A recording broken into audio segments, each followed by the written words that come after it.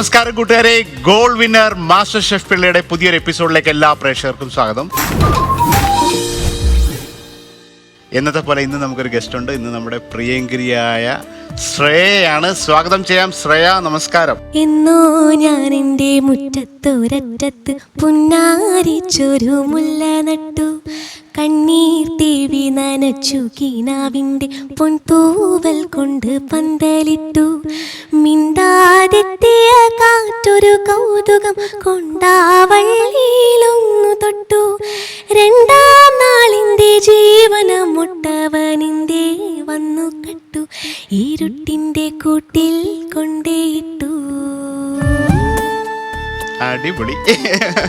ഒരു മനോഹരമായ, നമുക്ക് എല്ലാവർക്കും ഇഷ്ടപ്പെട്ടൊരു പാട്ട് പാടിക്കൊണ്ടാണ് ഞാൻ സാധാരണ ശ്രേയ വരുമ്പോൾ 1-2 പാട്ടൊക്കെ പാടിപ്പിക്കാം. ഇത് എന്തുമാത്രം ഒരു വെൽക്കമായിട്ട് ചോദിക്കാണ്ട് എൻ്റെ ഒരു പാട്ടും പാടിക്കൊണ്ടാണ് വരവ് തന്നെ. ഭയങ്കര ഹാപ്പി. അപ്പം എനിക്ക് ചോദിക്കാനുള്ളത്, ഈ ഒരു മേഖലയിൽ വളരെ എല്ലാവരും ഇഷ്ടപ്പെടുന്ന ഒരു കുട്ടികളുടെ പാട്ടും പാടി ഉള്ള ഒരാളെന്ന നിലയിൽ എല്ലാവർക്കും ഭയങ്കര ഇഷ്ടമാണ് ശ്രേയ. അപ്പോൾ ഇതിലേക്ക് എങ്ങനെയാണ് എത്തപ്പെട്ടത്? സൂര്യ ടി.വിയിലെ ഒരു റിയാലിറ്റി ഷോയിലൂടെയാണ് ഇങ്ങനെ ഒരു ഫീൽഡിലേക്ക് വരുന്നത്. അതിനുശേഷം റിയാലിറ്റി ഷോയിൽ പങ്കെടുക്കുമ്പോൾ തന്നെയാണ് ഫസ്റ്റ് മൂവിയിലും പാടുന്നത്. എന്നാലും പോപ്പുലറായ ഫസ്റ്റ് മൂവി സോങ് എന്ന് പറഞ്ഞാൽ എന്നോ ഞാൻ എൻ്റെ തന്നെയാണ്. ആ ഒരു പാട്ട് പാടി. ഇപ്പോൾ ചില പാട്ടുകൾ നമ്മുടെ ഒരു സിഗ്നേച്ചർ സോങ് ആദ്യം തന്നെ പാടാൻ പറ്റുക. അപ്പോൾ എത്രയ്ക്ക് ഇനി ഒരുപാട്, പക്ഷേ ഇതിലും നല്ല പാട്ടുകളൊക്കെ ഇനി പാടിയേക്കാം, ഇനിയും പാടും. പക്ഷേ ഈ ഒരു പാട്ടെന്ന് പറയുന്നത് എല്ലാവർക്കും, എല്ലാ ഏജ് ഗ്രൂപ്പിലുള്ള കുട്ടികൾക്കും ഇഷ്ടമാണ്, മുതിർന്നവർക്കും ഇഷ്ടമാണ്, സ്ത്രീകൾക്കും ഇഷ്ടമാണ്. എല്ലാ ഏജ് ഗ്രൂപ്പിലുള്ളവരും ഒരുപാട് നാൾ പാടിക്കൊണ്ട് നടന്നതും പാട്ട് കേട്ടുകൊണ്ടിരുന്നൊരു പാട്ടാണ്. അപ്പോൾ ഈ ഒരു പാട്ട് എത്രമാത്രം പ്രിയപ്പെട്ടതാണ്? എങ്ങനെയാണ് ഈ പാട്ട്? എനിക്ക് ഭയങ്കര എൻ്റെ ക്ലോസ് ടു മൈ ഹാർട്ട് അങ്ങനെ പറയുന്നൊരു പാട്ടാണിത്. ഇത് നാദിർ ഷാങ്കിൾ കമ്പോസ് ചെയ്ത പാട്ട് തന്നെയാണ്.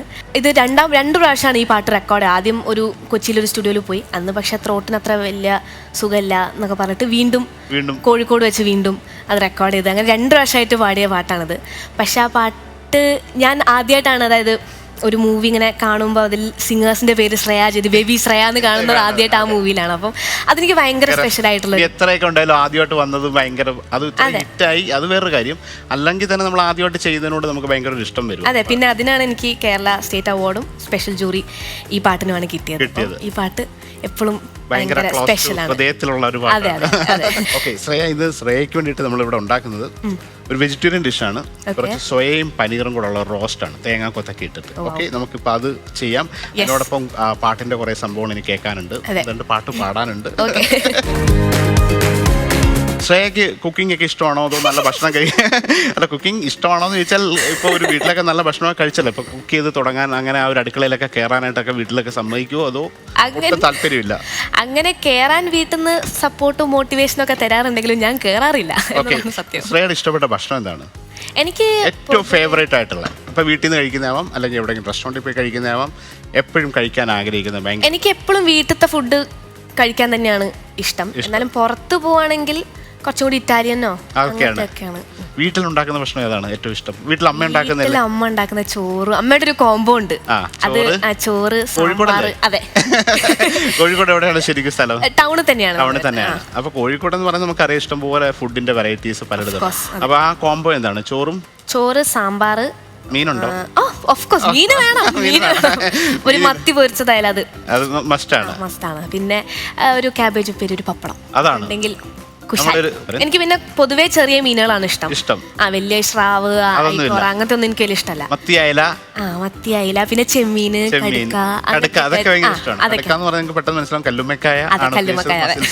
കോഴിക്കോടുകാരുടെ ഒരു ഈവനിങ് സ്നാക്കാണ്. നമ്മളൊക്കെ മീൻ മത്സ്യവിഭവങ്ങളൊക്കെ പറഞ്ഞ് ചോറിൻ്റെ കൂടെ കഴിക്കും, അല്ലെ ഡിന്നറിന്റെ കൂടെ കഴിക്കും. പക്ഷെ ഇവര് 4 മണിക്കൊക്കെ ആയാലും ഇതൊക്കെ ഉണ്ടാക്കി കഴിക്കുന്നത്. ഓക്കെ, ആദ്യം തന്നെ വെളിച്ചെണ്ണ, കുറച്ച് പെരുംജീരകം, കുറച്ച് ഗാർലിക്, ഇഞ്ചി, പച്ചമുളക്, തേങ്ങാക്കൊത്ത്, കുറച്ച് സവാള, ചെറിയ ഉള്ളി. അപ്പൊ ഈ സംഗീത രംഗത്തേക്ക് ആ ഒരു ജേണി എങ്ങനെയാണ്? ചെറുപ്പം മുതലേ എനിക്ക് പാട്ട് വലിയ ഇഷ്ടമായിരുന്നു എന്ന് അമ്മയും അച്ഛനൊക്കെ എന്നെ പറഞ്ഞിട്ടറിയാം. അതായത് ഫുഡ് കഴിക്കണമെങ്കിലും ഒക്കെ പാട്ട് വേണമായിരുന്നു. പാട്ട് കേൾപ്പിച്ചുകൊണ്ടാണ് അവര് ചോറൊക്കെ വരുന്നത്. അതെ. അപ്പം പിന്നെ ഇതേപോലെ തന്നെ സ്കൂളിലും ചെറുതായിട്ട് എന്തെങ്കിലുമൊക്കെ ടീച്ചേഴ്സ് പാടാൻ പറയുമ്പോൾ ചാടി കയറി പാടുമായിരുന്നു. അങ്ങനെയാണ് ഈ റിയാലിറ്റി ഷോന്റെ ആഡൊക്കെ കാണുന്നത്. അങ്ങനെ പാട്ട് പഠിക്കാനായിട്ട് തുടങ്ങിയത് എപ്പോഴും? പാട്ട് ഞാൻ 4 വയസ്സ് മുതൽ താമരക്കാട് കൃഷ്ണ നമ്പൂതിരി മാഷിന്റെ അടുത്ത് പഠിക്കുന്നുണ്ട്. ഓക്കെ. കർണാട്ടിക്സ്.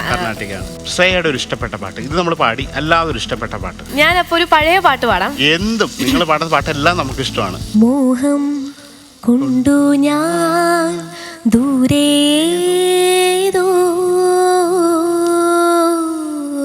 ഈണം പൂത്തനാൾ മധു തേടിപ്പോയി നീളേ താഴെ തളിരാർന്നു പൂവനങ്ങൾ മോഹം കൊണ്ടു ഞാൻ ദൂരേതോ ഈണം പൂത്തനാൾ മധു തേടിപ്പോയി. അടിപൊളി. Thank you. ഈ ശ്രേയ എന്നുള്ള പേരിടാനുള്ള കാരണം എന്താണ് വീട്ടുകാർ? അത് പലരും എൻ്റെ അടുത്ത് ചോദിക്കാറുണ്ട്, ശ്രേയ ഘോഷാൽ അത് തന്നെയാണ്. ആണോ? പക്ഷെ അങ്ങനെയല്ല. വീട്ടുകാർക്ക് അങ്ങനെ ഇഷ്ടമുള്ള അച്ഛനും അമ്മയ്ക്കും ഇഷ്ടമുള്ള ഒരു പേര് അങ്ങനെ വന്നേ. അതെ. ശ്രേയ ഘോഷാലിനെ നേരിട്ട് കാണാൻ പറ്റിയോ, പാട്ടൊക്കെ പാടാൻ പറ്റിയുള്ള അവസരം വന്നിട്ടുണ്ടോ? ഞങ്ങൾ രണ്ടുപേരും ഒരു മൂവിയിൽ ഒരു സോങ് ഡുവറ്റ് പാടിയിട്ടുണ്ട്. അത് ഭാസ്കർ ദി റാസ്കൽ എന്ന മൂവിയുടെ തമിഴ്. അതില് അമ്മ ഐ ലവ് യു പറഞ്ഞൊരു പാട്ട് ഞങ്ങൾ രണ്ടുപേരുടെ പാടി. അല്ലാതെ വേറെ മീറ്റും ചെയ്തിട്ടുണ്ട്. അപ്പൊ നമ്മുടെ ഉള്ളിയൊക്കെ ശരിക്കും പാടി നല്ല ഭംഗിയുണ്ട് കാണാൻ. ഇനി നമ്മൾ ഇതിനകത്ത് സ്പൈസ് ആഡ് ചെയ്യുന്ന ഒരു സമയമാണ്. സ്പൈസ് ആഡ് ചെയ്യുന്നു. സോ സെയിം ടൈം കുറച്ച് ടർമറിക്, മഞ്ഞപ്പൊടി ഇതൊക്കെ കണ്ടുപിടിക്കട്ടെ, ഇടയ്ക്കൊക്കെ ആവശ്യം വരും. കുറച്ച് ചില്ലി പൗഡർ. എരിവൊക്കെ എങ്ങനെയാണ് അളവ്? ഭയങ്കര സ്പൈസി ആണോ, മീഡിയം ആണോ? ഇഷ്ടമാണ്.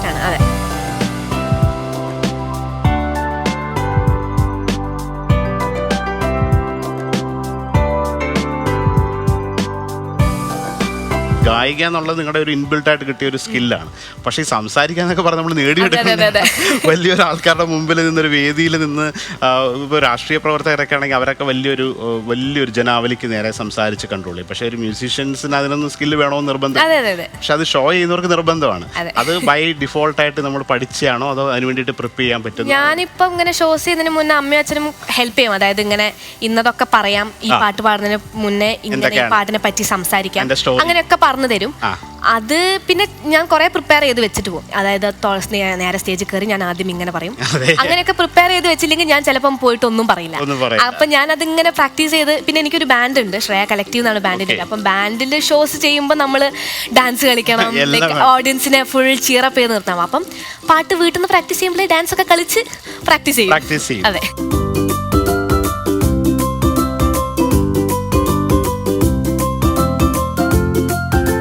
ഈ ഐസ്ക്രീം കഴിക്കുക അല്ലെങ്കിൽ തണുത്ത ഭക്ഷണം മാത്രമല്ല, നമ്മളെ ശബ്ദം സംരക്ഷിക്കേണ്ടത് കുറേ വർഷങ്ങൾ, എത്രയോ വർഷങ്ങളിന് മുന്നേ കിടക്കണം. അപ്പോൾ അതിന് വേണ്ടിയിട്ട് നമുക്കൊരു നേരത്തെ ഒരു മൈൻഡ് സെറ്റിലുണ്ടോ? അല്ലെങ്കിൽ ഒരുപാട് പേര് വന്ന് ഇങ്ങനെ അഡ്വൈസ് ചെയ്യൂ, ശ്രേയക്കുട്ടി ഇങ്ങനെയൊക്കെ ചെയ്യണം, ഇങ്ങനെയൊക്കെ ചെയ്യണം? അതേ അഡ്വൈസിങ് ഇപ്പൊ അമ്മയച്ഛനാണെങ്കിലും ഒക്കെ പറയും, നീ ചെവി മൂടി നടക്ക്, തൊണ്ട പൊത്തി വെച്ച് നടക്ക്.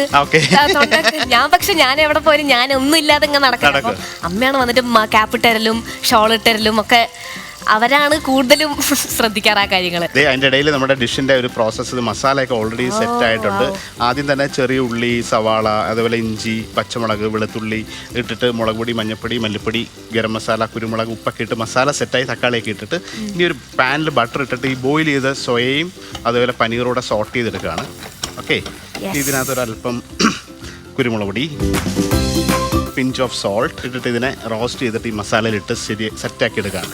വെജിറ്റേറിയൻ ഭക്ഷണം ഇഷ്ടമാണോ അതോ completely non veg? How you? ഞാൻ സത്യത്തിൽ പ്യുവർ നോൺ വെജ് ആണ്. എനിക്ക് നോൺ വെജ് ഡിഷുകൾ തന്നെയാണ് ഓൾ ടൈം ഫേവറേറ്റ്. പക്ഷെ വെജിറ്റേറിയനിൽ തന്നെ എനിക്ക് ഏറ്റവും ഇഷ്ടമുള്ള 2 ഐറ്റംസ് ആണിത്, പനീറും സോയാബീൻ. ഇവൺ ഇപ്പൊ എന്തെങ്കിലും ഒരു കാരണം കൊണ്ട് വെജിറ്റേറിയൻ ആയാൽ 2 ഓപ്ഷൻ ഉള്ളത് സോയാബീൻ ആൻഡ് പനീർ. അപ്പൊ ഇനി ശ്രേയയ്ക്ക് ഒരു ഗായിക എന്ന നിലയിൽ വളരുന്ന ഒരു സമയമാണ്. ഏതൊക്കെ തരം പാട്ട് പാടാൻ, ഒരു മ്യൂസിക്കിനകത്ത് എന്തൊക്കെ എക്സ്പ്ലോർ ചെയ്യാൻ പറ്റും വേറൊരാളെന്ന നില? അപ്പോൾ ഇപ്പോഴത്തെ പണ്ടുള്ള ഗായികമാർക്കില്ലാത്ത എല്ലാ അഡ്വാൻറ്റേജും എല്ലാ ടെക്നോളജിയും നിങ്ങൾക്ക് അവൈലബിൾ ആണ്. സോ അതൊക്കെ വെച്ചിട്ട് ശ്രേയ എങ്ങനെയാണ് ഒരു നെക്സ്റ്റ് 5 to 10 years കാണുന്നത്? ഇൻഡിപെൻഡന്റ് മ്യൂസിക് തന്നെയാണ് എൻ്റെ ഒരു ആഗ്രഹം എന്ന് പറയുന്നത്. ഓക്കെ. അപ്പം അതിന് ഇപ്പം റൈറ്റ് നൗ ഫുൾ പഠനമാണ് മ്യൂസിക്കിൽ. അതെ, അതിന് വേണ്ടിയുള്ള എല്ലാ രീതിയിലും ഞാൻ വെസ്റ്റേൺ വോക്കൽ പഠിക്കുന്നുണ്ട്. ചെന്നൈയിലാണ് അഗസ്റ്റിൻ പോൾ സാർ അടുത്ത് പഠിക്കുന്നുണ്ട്. അതേമാതിരി കർണാട്ടിക് മ്യൂസിക് ബിന്നി കൃഷ്ണകുമാർ. പിന്നെ അതേമാതിരി ഞാൻ മ്യൂസിക് പ്രൊഡക്ഷനും ഇപ്പം റീസെൻ്റ്ലി പഠിക്കുന്നുണ്ട് ഇവിടെ കൊച്ചി തന്നെ. പിന്നെ അതേമാതിരി അപ്പം ഇപ്പൊ പാട്ടുകൾ മാക്സിമം മ്യൂസിക്കിൽ എനിക്ക് പഠിക്കാൻ പറ്റുന്നതെല്ലാം ഈ പ്രായത്തിൽ പഠിക്കാം. ലേണിംഗ് ആണ് മെയിൻ ഫസ്റ്റ് മോട്ടോ. ലേൺ ചെയ്ത് മാക്സിമം നമ്മുടെ ബേസ് നമ്മൾ അപ്ഡേറ്റ് ചെയ്തിട്ട് നിൽക്കും. എന്നിട്ട് പിന്നീട് അതെന്താണ് വരുന്നത് അവിടെ വെച്ച് കാണുക അല്ലേ. അപ്പൊ ഇപ്പൊ മെയിൻ ആയിട്ട് ഞാൻ എന്റെ കൂടുതൽ സമയം ഞാൻ ചെലവഴിക്കുന്നത് പഠിക്കാൻ വേണ്ടി തന്നെയാണ് പാട്ട്. നമ്മുടെ പനീറും സോയയും റോസ്റ്റ് ആയി പനീറിനകത്ത് ഗ്രില്ലായ മാർക്കാണ്. ഇതിങ്ങനെ വെറുതെ കഴിക്കാൻ നല്ല രസമാണ്. സ്നാക്കായിട്ടൊക്കെ ജസ്റ്റ് നിങ്ങൾക്ക് വേണമെങ്കിൽ ഇത് ബട്ടറിനകത്ത് സോൾട്ടും പെപ്പറൊക്കെ ഇട്ട് ബോയിൽ ചെയ്ത പനീറൊക്കെ ഗ്രില്ല് ചെയ്ത് സ്റ്റാർട്ടായിട്ട് കഴിക്കാം. വേണമെങ്കിൽ ഇതൊരു സാലഡ് ആക്കാം. കുറച്ച് ബ്രോക്കലി അല്ലെങ്കിൽ എന്തെങ്കിലും ബെൽ പെപ്പേഴ്സ് ക്യാപ്സിക്കം ഒക്കെ അരിഞ്ഞിട്ട് കുക്കുംബറൊക്കെ ആയിട്ട് വെറുതെ ഒരു സലാഡായിട്ട് വേണമെങ്കിൽ ഗ്രിൽഡ് സലാഡായിട്ട് കഴിക്കാം. അല്ലെങ്കിൽ ഇങ്ങനെയുള്ള സോസിലിട്ടിട്ട് ഡ്രൈ ആക്കി എടുക്കാം, ഗ്രേവി ആക്കി എടുക്കാം. അപ്പോൾ ഓൾറെഡി ഗ്രില്ല് ചെയ്ത ഈ സംഭവം നമ്മുടെ മസാലയിലേക്ക് ഇട്ടു. ഇതിനെ ഒന്ന് മിക്സാക്കി നല്ല ഭംഗി കാണാൻ. ജസ്റ്റ് ഇതിൻ്റെ ഒരു ടേസ്റ്റ് കറക്റ്റായിട്ട് ബാലൻസ് ചെയ്യാം. കാരണം ഈ സോയ ഇതിനൊക്കെ ഒരു ചെറിയൊരു കയ്പ്പ് രസമൊക്കെ ഉണ്ട്. അപ്പോൾ അതിനെയൊക്കെ ഒന്ന് ബാലൻസ് ചെയ്യാനായിട്ട് ഒരു പിഞ്ച് ഓഫ്, ഇത് ഓപ്ഷനിലാണ്, ഒരു അല്പം തേങ്ങാപ്പാൽ, കട്ടിയുള്ള പാല് ജസ്റ്റ് ഇതിനെ ഒന്ന്. അപ്പോൾ ഇത് ഈ പാൽ ഒഴിക്കുമ്പം ഇതിനെ എല്ലാത്തിനെയും ഒന്ന് ബാലൻസ് ചെയ്ത് അതിൻ്റെ ഒരു എരിവ്, പുളി, കയ്പ്പ് ഇതിനെയൊക്കെ ഒന്ന് നേർപ്പിക്കാൻ വേണ്ടിയാണ് ചെയ്യുന്നത്. ജസ്റ്റ് പെരട്ടി. Yes, okay. ഒരു പാട്ട് പാടാനുള്ള സമയമായി. അപ്പോഴത്തേക്ക് നമ്മുടെ ഫുഡ് ടേസ്റ്റ് ചെയ്യാനുള്ള സമയമാവും. வெள்ளை புறா ஒன்று ஏங்குது கையில் வராமலே, வெள்ளை புறா ஒன்று ஏங்குது கையில் வராமலே,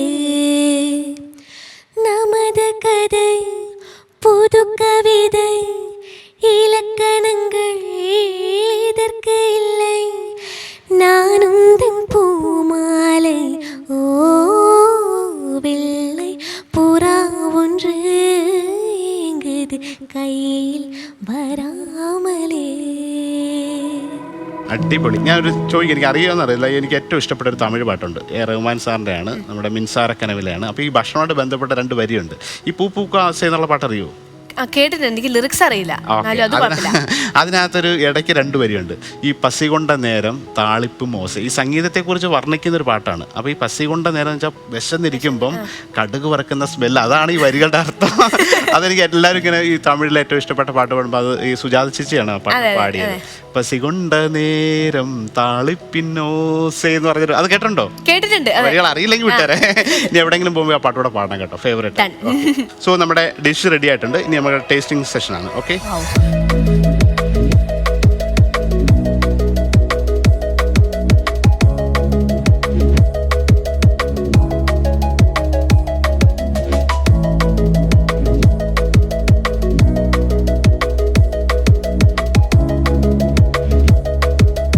യെസ് പ്ലീസ്. Now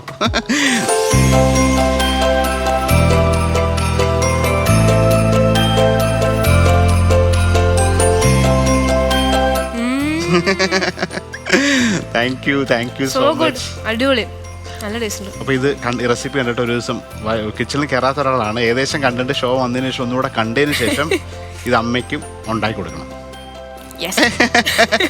okay. അപ്പോൾ ഇതിൻ്റെ റെസിപ്പി ഒന്നുകൂടെ ഞാൻ പറഞ്ഞുതരാം. ആദ്യം തന്നെ സോയ ബോയിൽ ചെയ്ത് വെക്കാം. കുറച്ച് മഞ്ഞൾപ്പൊടി, ഉപ്പൊക്കെ ഇട്ടിട്ട്, അതുപോലെ പനീർ ചെറിയ പീസായിട്ട് കട്ട് ചെയ്ത് വെക്കുന്നു. അതിനുശേഷം ഒരു പാനിനകത്ത് വെളിച്ചെണ്ണ ഒഴിച്ചിട്ട് പെരിഞ്ചീരകം ആദ്യം ഇടും. അതിനുശേഷം വെളുത്തുള്ളി, ഇഞ്ചി, പച്ചമുളക്, സവാള, ഉള്ളി, ചെറിയ ഉള്ളി, തേങ്ങാക്കൊത്ത് ഇട്ട് നന്നായിട്ടൊന്ന് വഴറ്റിയിട്ട് അതിനകത്ത് മുളക് പൊടി, മല്ലിപ്പൊടി, മഞ്ഞൾപ്പൊടി, ഗരം മസാല, കുരുമുളക് പൊടി, ഉപ്പ് ഇട്ട് വഴറ്റി തക്കാളി ഇട്ട് നല്ല രീതിയിലൊരു മസാല ആക്കിയതിന് ശേഷം ഒരു പാനിനകത്ത് ബട്ടർ ഒഴിച്ച് ആദ്യം തന്നെ കുറച്ച് പനീർ ഗ്രില്ല് ചെയ്യുന്നു. ഒരു പകുതി ഗ്രില്ലാകുമ്പോൾ അതിലേക്ക് ഈ ബോയിൽ ചെയ്ത് വെച്ചേക്കുന്ന സോയയും കൂടെ ആഡ് ചെയ്യുന്നു.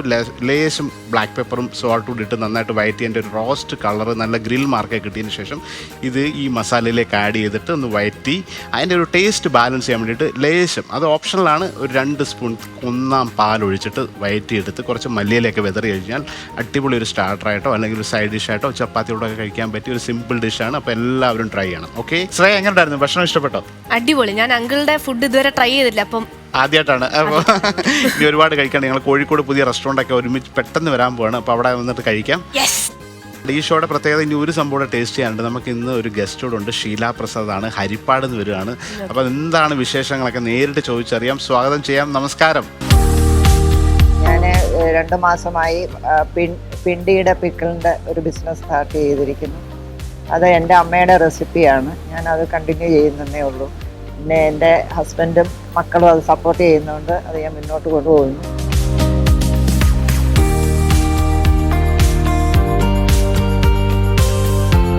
സാറിൻ്റെ തന്നെ ഒരു റെസിപ്പി ഞാനൊന്ന് ട്രൈ ചെയ്തു. ആണോ? എന്താണ് ഡിഷ്? എന്താണ്? ചിക്കൻ ചുരുളി. ചിക്കൻ ചുരുളി, അടിപൊളി. ഇത് കൂടാണ്ട് ഇത് ഞാനായിട്ടൊരു പിക്കിളിൻ്റെ തുടങ്ങിയതാണ്. Okay, banana stem pickle. Banana stem എന്ന് കേട്ടോ? Banana stem. വാഴപ്പിണ്ടി എന്നൊക്കെ പറയും. ഓക്കെ, ഇത് Sheela specials traditional recipes banana stem pickle. അപ്പൊ ഈ ഒരു പിക്കിൾ മാത്രമാണോ ചെയ്യുന്നത്? അത് തൽക്കാലം ഇപ്പൊ ഇത് ഒന്ന് സ്റ്റാർട്ട് ചെയ്യാന്ന് വെച്ചു. ഇതെന്താണ് ഇതിന്റെ റെസിപ്പി? ഏകദേശം ജസ്റ്റ് ഒന്ന് ബേസിക് ആയിട്ട് പറഞ്ഞാൽ ഒരു വാഴപ്പിണ്ടി നമ്മൾ എടുത്തിട്ട് വട്ടത്തിൽ അരിഞ്ഞ് ചെറിയ പീസാക്കിയിട്ട് വെളുത്തുള്ളിയും പച്ചമുളകും ഉലുവായിട്ട് കടുക് വറുത്ത് വിനീഗറും ചെറിയ ചൂടുവെള്ളം ഒഴിക്കുക. അത്രയേ ഉള്ളൂ അല്ലേ? ഇത് വളരെ നമ്മൾ പറയുമ്പോൾ എളുപ്പമാണ്. ഈ വാഴപ്പിണ്ടി കട്ട് ചെയ്ത് പൊടിയായിട്ട് കൈയൊക്കെ മാറ്റി ഇതാക്കി ഈ ഒരു പരുവത്തിലെത്തുന്നത് നല്ലൊരു എഫർട്ടുള്ളതാണ്. അപ്പോൾ അതിനെ സ്പെഷ്യലൈസ് ചെയ്തിട്ട് ഒരു പിക്കിളിൻ്റെ ഇത് എത്ര നാളായി ഈ സംരംഭം തുടങ്ങിയിട്ട്? ഇത് ശരിക്കും എൻ്റെ അമ്മയുടെ റെസിപ്പിയാണ്. അതാ ഞാൻ അങ്ങനെ അത്ര കോമൺ ആയിട്ട് നമ്മൾ വാഴപ്പിണ്ടിയുടെ തോരൻ കഴിക്കാറുണ്ട്. വാഴപ്പിണ്ടി വെച്ച് പല ഹൽവ ഉണ്ടാക്കി ഞാൻ കഴിച്ചിട്ടുണ്ട്. കുറുക്കിയ സംഭവമൊക്കെ ഈ പടന്ന ഇലയൊക്കെ വെച്ചിട്ട് ഇതിൻ്റെ കൂടെയൊക്കെ ഉള്ള ഒരുപാട് സാധനങ്ങൾ ട്രഡീഷണൽ ആയിട്ട് പണ്ടത്തെ റെസിപ്പിയുണ്ട്. പക്ഷേ ഇതിൻ്റെ ഒരു പിക്കിൾ വേർഷനിൽ ഞാൻ ആദ്യമായിട്ടാണ് കാണുന്നത്. അപ്പോൾ ഇത് അമ്മയുടെ റെസിപ്പിയാണ്. അത് മകൾക്ക് വന്നു, മകൾ അതിനെ വിറ്റ് നല്ലൊരു ബിസിനസ് ആക്കി മാറ്റുകയാണ്. കുറെ ഫ്രണ്ട്സിനും ഫാമിലീസും ഒക്കെ ഓൾറെഡി ഉണ്ടാക്കി കൊടുത്ത് അവർക്ക് കൊടുത്ത് അവരുടെയൊക്കെ ഫീഡ്ബാക്ക് ഒക്കെ കിട്ടി. എല്ലാവർക്കും ഇഷ്ടപ്പെട്ടു. എല്ലാവർക്കും ഞങ്ങൾ ഇത് കൊണ്ടുപോകും. ഒരെണ്ണം ഞാൻ ശ്രേയക്ക് കൊടുത്തു കഴിഞ്ഞു, വീട്ടിൽ കൊണ്ട് അമ്മയ്ക്ക് കൊടുക്കും. ഇത് എനിക്കുള്ളതാണ്. അതിന്റെ കൂടെ ഇതെന്താണ് സംഭവം? അത് ഞാൻ ടേസ്റ്റ് ചെയ്യാൻ. ഓ, ഈ അച്ചാർ തന്നെ.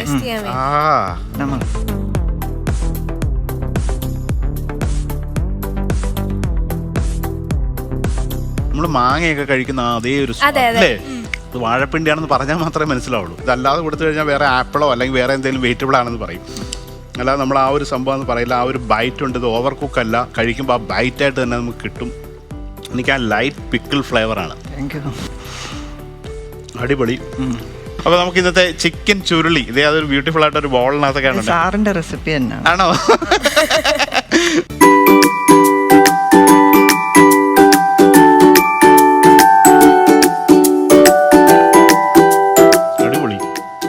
പറയാനൊന്നും പറയാനില്ല.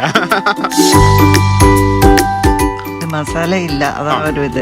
ഇതിനോടൊപ്പം ഒരു സംരംഭം വിജയിക്കണമെങ്കിൽ ഇതൊരു യൂണിക് പ്രൊഡക്റ്റ് ആണ്. അപ്പോൾ ഇതിന്റെ കൂടെ ഒരു ബൈ പ്രൊഡക്റ്റ് ആയിട്ട് ഒരു 4-5 നിങ്ങൾക്ക് പറ്റിയ ഇതേപോലെ തന്നെ നാരങ്ങയോ അച്ചാർ. അപ്പോൾ എന്തായാലും ഒരു പ്രൊഡക്ഷൻ ഇതൊരു ബിസിനസ് ആയിട്ട് മാറ്റുമ്പോൾ 4-5 പേർ കൂടെ തൊഴിൽ കൊടുക്കുമ്പോൾ അതിൻ്റെ ഒരു കംപ്ലീറ്റ് പ്രൊഡക്ടിവിറ്റി കിട്ടാനായിട്ട് മിനിമം ഒരു 10 പ്രൊഡക്റ്റ് എങ്കിലും ഉണ്ടാവുക. എന്നിട്ട് അതിനെ ഓൺലൈനിലേക്ക് ആദ്യം തന്നെ അതിനെ ഇ കൊമേഴ്സിലേക്ക്, അത് ആമസോണോ അല്ലെങ്കിൽ അങ്ങനെയുള്ള പ്ലാറ്റ്ഫോമിൽ ആരെങ്കിലും കൊണ്ട് രജിസ്റ്റർ ചെയ്യുക, അല്ലെങ്കിൽ സ്വന്തമായിട്ട് അതിൻ്റെ ഒരു റെസിപ്പിയോ ഇങ്ങനെയൊക്കെ ചെയ്ത് കഴിഞ്ഞാൽ ആളുകൾക്ക് ഇത് ഓൺലൈനിൽ ഓർഡർ ചെയ്താൽ ലോകമെമ്പാടും ഇതെത്തപ്പെടും.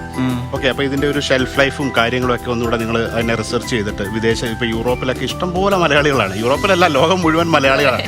അവർക്ക് ഇങ്ങനെയൊക്കെയുള്ള സാധനങ്ങളൊക്കെ വെറൈറ്റി സാധനങ്ങൾ ട്രൈ ചെയ്യാനും അങ്ങനെ ഒരുപാട് പേരുടെ പോകുന്നുണ്ട്. അപ്പോൾ ഇതിന് പറ്റിയ നാടൻ റെസിപ്പികൾ അമ്മയുടെ ഇത് മാത്രം. എന്തായാലും അമ്മയ്ക്ക് ഇത് ഹരിപ്പാടൊക്കെ ഉള്ളവരുടെയൊക്കെ ഭക്ഷണ രീതിയൊക്കെ എനിക്ക് നേരിട്ട് അറിയാവുന്നതാണ്, ഓണാട്ടുകാരുടെ ഭാഗം അല്ലേ?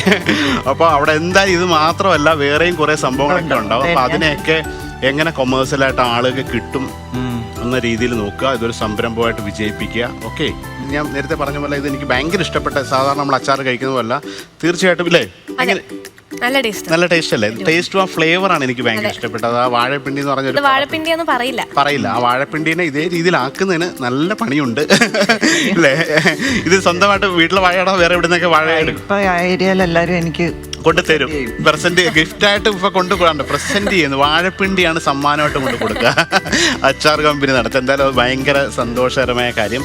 Shreya, thank you so much. ഭയങ്കര ഹാപ്പി ആയിട്ടുള്ളൊരു എപ്പിസോഡ്. ഇതുപോലൊക്കെ ഒരു ഫുഡ് നമുക്ക് ഇത് കൊണ്ടുവന്ന് കഴിക്കുക, നാച്ചുറലായിട്ടുള്ള സംഭവങ്ങൾ പ്രിസർവ് ഇല്ലാതെ ഒരു ബിസിനസ് ഇത് ഈ ഒരു സമയത്ത് ചെയ്യാൻ പോകുന്നു. അതിൻ്റെ കൂടെ ശ്രേയയുടെ പാട്ടുകൾ കേൾക്കാൻ പറ്റുക എന്ന് പറയുന്നത് ഭയങ്കര ഹാപ്പി. Thank you Shreya. ശ്രേയയുടെ ആഗ്രഹം പോലെ വരുന്ന വർഷങ്ങളെല്ലാം ഇന്ത്യയിലെ എല്ലാ ഭാഷയിലും ഒരുപാട് നല്ല പാട്ടുകൾ പാടാൻ പറ്റട്ടെ. നല്ല നമുക്കതൊക്കെ കേൾക്കാൻ നമുക്കും ഭാഗ്യം ഉണ്ടാവട്ടെ എന്നുള്ള ആശംസിക്കുകയാണ്. രണ്ടുപേർക്കും താങ്ക് യു സോ മച്ച്.